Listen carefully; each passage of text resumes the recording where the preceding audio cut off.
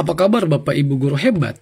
Jadi ini bukan nilai ambang batas bagi pelamar khusus atau yang kita sebut dengan P2 dan P3.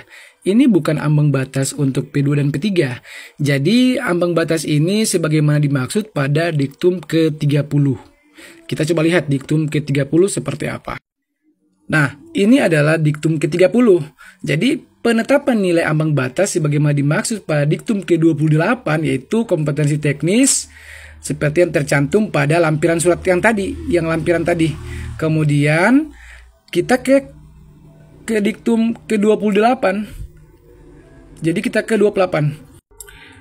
Nah, diktum ke-28 bahwa nilai ambang batas seleksi kompetensi dan wawancara adalah nilai minimal yang harus dipenuhi oleh setiap peserta pada penempatan kebutuhan umum.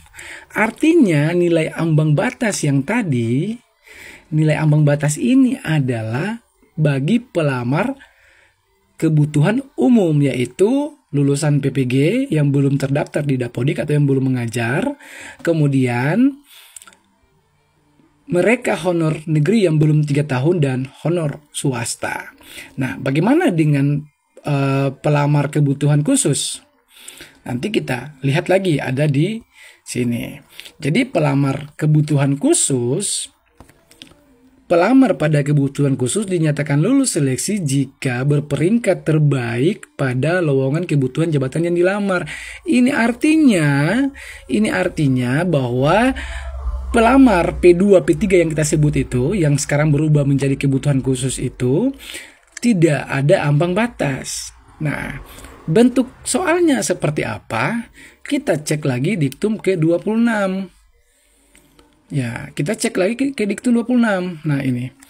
Pembobotan nilai materi soal kompetensi teknis dan wawancara, kompetensi dan wawancara pada bagian A untuk materi soal kompetensi teknis bagi pelamar pada kebutuhan khusus atau P2 P3, bobot jawaban yang paling rendah 1, kemudian paling tinggi 5. Ini artinya setiap soal dan punya jawaban A sampai dengan E itu ada bobot nilainya.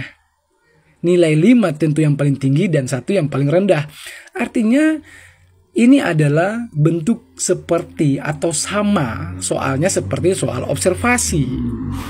Kemudian untuk bagian B, materi soal seleksi kompetensi teknis bagi pelamar pada kebutuhan umum, bobot jawaban benar 5 dan jika salah nilainya 0.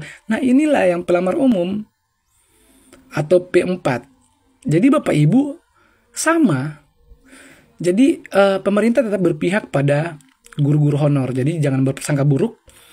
Kita tetap menunggu petunjuk teknis bagaimana perincian untuk petunjuk teknis penggunaan atau pendaftarannya. Karena ini adalah 8RB yang kemudian nanti ada petunjuk teknis dari Kemendikbud yang akan kita pelajari lagi. Jadi pada intinya kita pahami dulu 8RB kemudian kita mengeluarkan statement. Jadi mohon maaf jika ada kesalahan, semoga penjelasan saya tidak membuat Bapak Ibu kecewa dan lain sebagainya.